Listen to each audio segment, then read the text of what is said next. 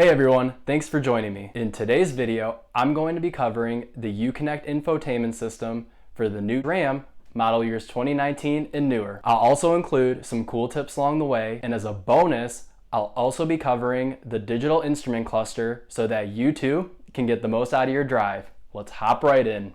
All right, so here we are with the UConnect system for the 2019 and newer Ram. And before I get started, so this is the 8-inch unit that you can order as an option. This is the Bighorn model in particular. But they also come in a smaller and an even larger size, up to 12 inches. Even though they come in different sizes, the basic architecture of the UConnect user interface is very similar. If you follow along with me in this video and you have either a 12-inch or a smaller model, the process should be almost identical. Okay, so the two most popular things that people like to do when they first get their vehicle is they want to pair their phone either through Bluetooth, or if the vehicle is equipped with it, which this one is, to connect it through CarPlay or Android Auto depending on your device. That's fairly simple to do for either one, and I'll start with the Bluetooth one first. So in order to connect your phone via Bluetooth to the UConnect system of the Dodge Ram, you first want to head over to the phone button, and if there's no phone connected to it, it'll prompt you that it's not connected, and will ask if you would like to pair a phone. So there you should push yes, and then what it'll do is it'll start the pairing procedure for your phone, and then it'll provide you with this 4-digit PIN number. With this 4-digit PIN number shown up, you then want to return to your phone, and then you want to go into your Bluetooth settings. And whether you have an iPhone or an Android, it's a very similar procedure. So you want to go into your Bluetooth settings. You want to make sure that's on, and then you want to see that it searches for UConnect. Once you hit that button on your phone, it'll ask you for a 4-digit PIN number.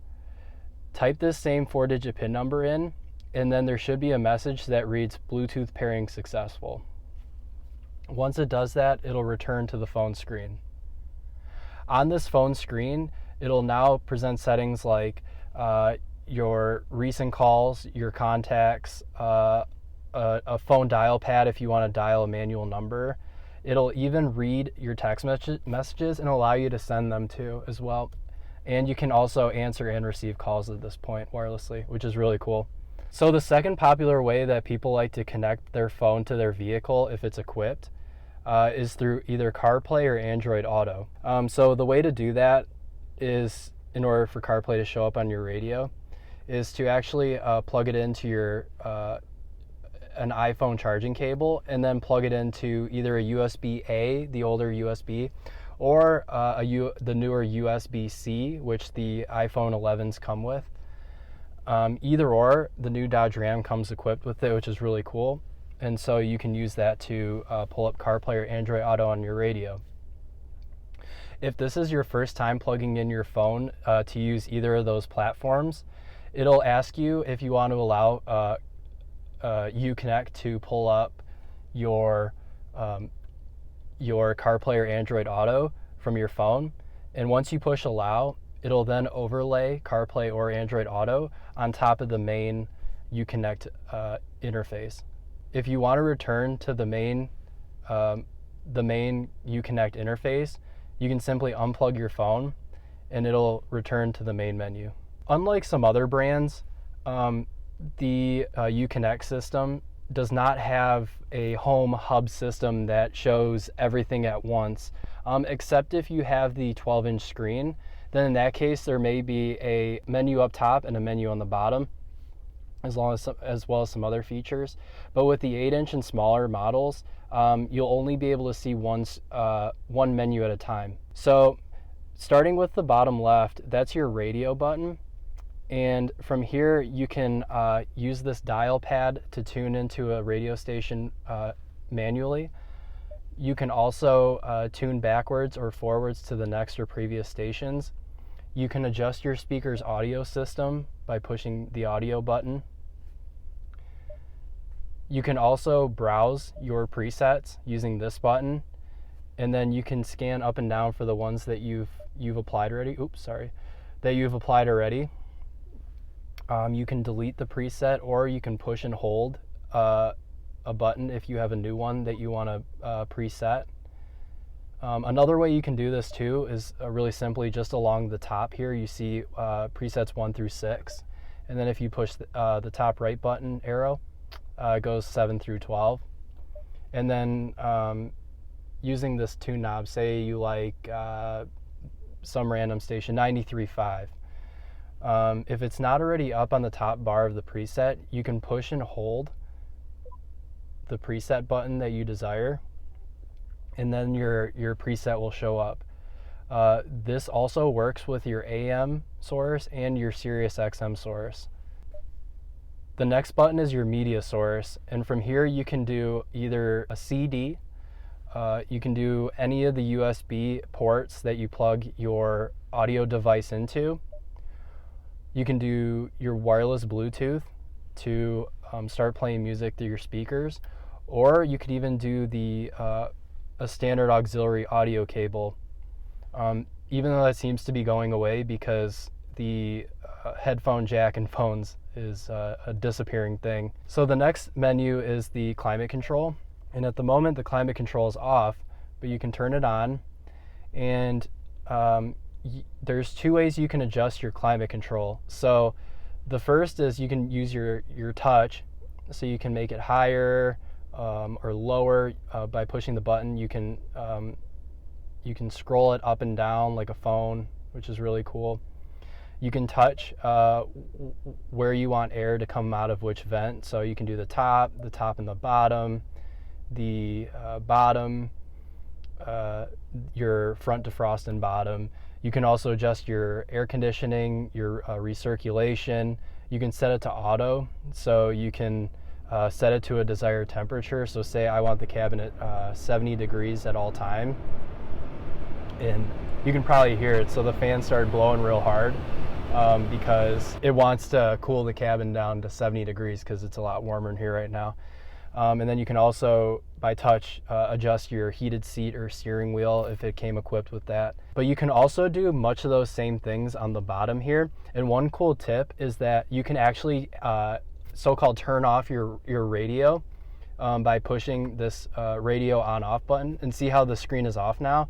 The climate control is still active. Like I feel air coming out now, but you can adjust it down here along these buttons, so you can still turn on your heat seat, your steering wheel. You can adjust the fan speed and see how it shows up on the screen, what setting you're at currently.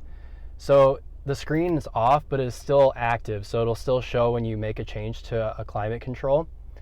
And then also your temperature as well.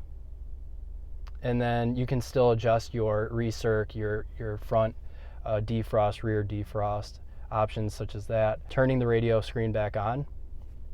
You also have your UConnect list of apps. And what's cool about this menu is, so say I don't want this media button here, and I want the driver's heat seat button instead. So just like the home screen on your smartphone, you can actually push and hold the icon, and then you can drag it to the menu bar below. And then once that highlights, you can let go. And then did you see how that changed to the heated seat button? So you can, it's actually really, it's configurable to the bottom list here, whatever you want to choose it as, which is really cool. The next one's controls. And that also adjusts your heated seat, heated wheel, your backup cam, your actual settings for the vehicle in the display. So let's go into that. Okay, so this is the settings for your not just your UConnect infotainment display, but there's also some vehicle settings that you can change in here as well. Things such as how does the display look when your headlights are on and off, what your screen looks like, the certain theme. If you want to hear beeps when you're touching the screen, I personally like to hear the beep just for confirmation. You can also set if you want your phone to pop up in the cluster. So that includes CarPlay and Android Auto if you want, as well as some other options too. This car has built-in navigation, although yours may not. If it does come with it, by default that will be this button. All right, here's the bonus we've all been waiting for, and that is the center digital instrument cluster for the new Ram years 2019 and up. This is one of my favorite features, for one, because it's always something you're looking at while you're driving, and for two, for the amount of information it displays. It's also extremely configurable to the setting that you want, which is really, really nice. And you do that by using this 4-direction pad on the left side of your steering wheel. And to do that, so right now I have it set with the radio station on the top, the compass on the top left, the temperature on the right, average fuel economy on the left. A little Easter egg, I don't know if you guys noticed, but the overall shape design of this center digital cluster is actually very similar to the front grille of your new Ram. Okay, so moving down, this shows you even more information. So your tire pressure, your coolant temp, trans temp, just so much information that your vehicle is telling you. And then if you go down again, it shows your fuel economy on a real-time gauge, as well as the average. And then it'll go down to your trip if you keep going down. In your audio. And similar to your center screen, it won't go back to a previous menu. It'll stay on the tab that you're on. So since I'm in this menu, so the radio station, it'll stay in that center instrument cluster the whole time while I'm driving. It will not change, which is really cool. So if you like looking at something like this rather than your trip in this big center menu, then it'll stay there, which is a really nice feature. Going down some more, it can read you text messages, and then this is where you can start configuring the quadrants of the screen and the content in the middle big screen as well. And you do that by arriving at this menu where it says press OK to enter screen setup, and then pushing the middle button here where it says OK. And then so see how that lit up the top left corner of the screen. So if you hit OK again, then you can configure, so I have it on compass now, you can change that to almost anything you want, including the outside temperature, your time, your range to empty, your fuel economy, current and average, your trip, your oil pressure, your oil temp, your battery, on and on. And it's incredible how much stuff you can put on here and configure. You can even have duplicates too, so you can even have like your temperature on the right and your temperature on the left. If you really want to know what the temperature is outside, you can do that.